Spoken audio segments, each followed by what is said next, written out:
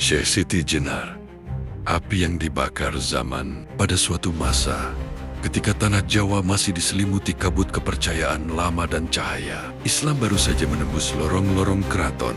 Lahirlah seorang manusia yang kelak namanya menjadi bisik-bisik ketakutan sekaligus bara pencarian kebenaran. Ia dikenal sebagai Syekh Siti Jenar.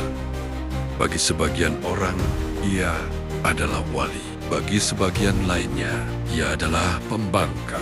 Namun bagi sejarah, ia adalah api yang menolak padam. Awal sebuah pencarian. Konon, Siti Jenar bukanlah bangsawan. Ia lahir dari tanah, dari debu, dari lumpur, dari kehidupan rakyat jelata. Sejak kecil, matanya telah dipenuhi tanya. Ia tak puas dengan jawaban sederhana tentang Tuhan. Baginya, Tuhan bukan sekadar nama yang diucap, melainkan hakikat yang harus dirasakan. Ia menggembala dari pesantren ke pesantren, dari padepokan ke padepokan, dari sunyi ke sunyi. Di setiap tempat, ia belajar kitab. Namun, di setiap kitab, ia justru menemukan kegelisahan. Kegelisahan jika Tuhan Maha Dekat. Tanyanya dalam sunyi, mengapa manusia harus menkarinia begitu jauh? Maka Siti Jenar memilih jalan yang jarang dilalui. Jalan batin, manunggaling, kaula Gusti. Dalam keheningan malam, ketika doa-doa hanya menjadi gema, Siti Jenar menemukan apa yang ia sebut sebagai hakikat sejati, bahwa Tuhan tidak terpisah dari manusia, bahwa ruh ilahi bersemayam di dalam diri, bahwa kehidupan di dunia ini hanyalah kematian yang tertunda. Ia berkata lantang, "Aku ini mati di dalam hidup, dan hidup di dalam mati. Tiada aku, tiada engkau, yang ada hanya Dia." Ajaran itu dikenal sebagai manunggaling, kaula Gusti, penyatuan hamba dan Tuhan. Namun kata-kata itu seperti pedang bermata dua. Bagi yang memahami, ia adalah pencerahan. Bagi yang mendengar setengah-setengah, ia adalah ancaman. Pertemuan dengan para wali, berita tentang ajaran Siti Jenar sampai ke telinga Wali Songo, para penyebar Islam yang menjaga tatanan masyarakat dan syariat. Sunan Kalijaga termenung. Sunan Bonang menghela napas panjang. Sunan Giri mengerutkan dahi. Mereka tahu kebenaran tanpa kesiapan umat bisa menjadi bencana. Maka Siti Jenar dipanggil. Di hadapan para wali, ia berdiri tenang. Tidak menunduk, tidak pula menantang. Suaranya lembut, namun isinya mengguncang. Syariat adalah jalan, katanya. Namun hakikat adalah tujuan.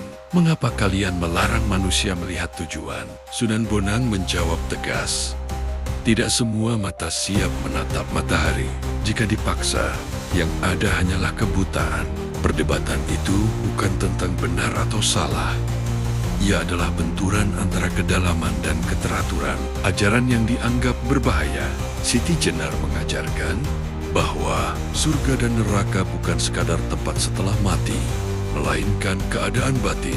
Ia berkata pada rakyat, jika hatimu damai, itulah surga. Jika hatimu penuh dengki, itulah neraka. Namun sebagian muridnya salah paham. Ada yang meninggalkan syalat, ada yang meremehkan hukum, ada yang merasa telah menjadi Tuhan. Dan di sanalah api mulai membakar. Para wali tidak takut pada Siti Jenar. Mereka takut pada kekacauan yang bisa lahir dari ajarannya. Pengadilan sunyi.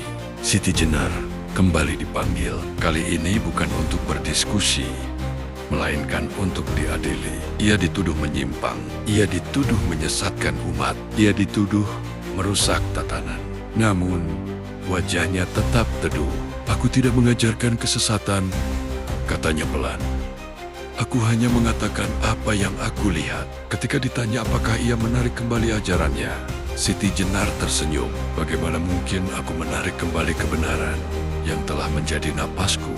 Keputusan pun dijatuhkan. Kematian atau pembebasan. Versi sejarah berbeda-beda. Ada yang mengatakan Siti Jenar dihukum mati. Ada yang berkata ia menghilang. Ada pula yang percaya Ia telah mati sebelum mati. Namun dalam kisah rakyat, detik-detik terakhirnya penuh keheningan. Ia tidak melawan. Ia tidak berteriak. Ia hanya berbisik, "Yang mati bukan aku. Yang mati hanyalah jasad, karena sejatinya aku telah mati sejak aku hidup." Ketika tubuhnya roboh, konon yang tersisa hanyalah bau tanah basah.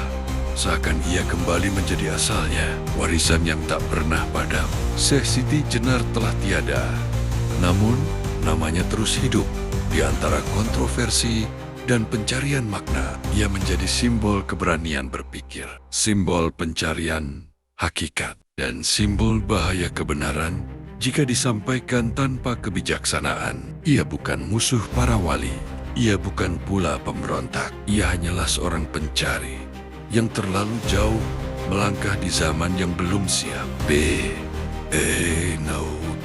Kini, berabad-abad kemudian, kita masih bertanya, apakah Siti Jenar sesat? Ataukah ia hanya lahir terlalu dini?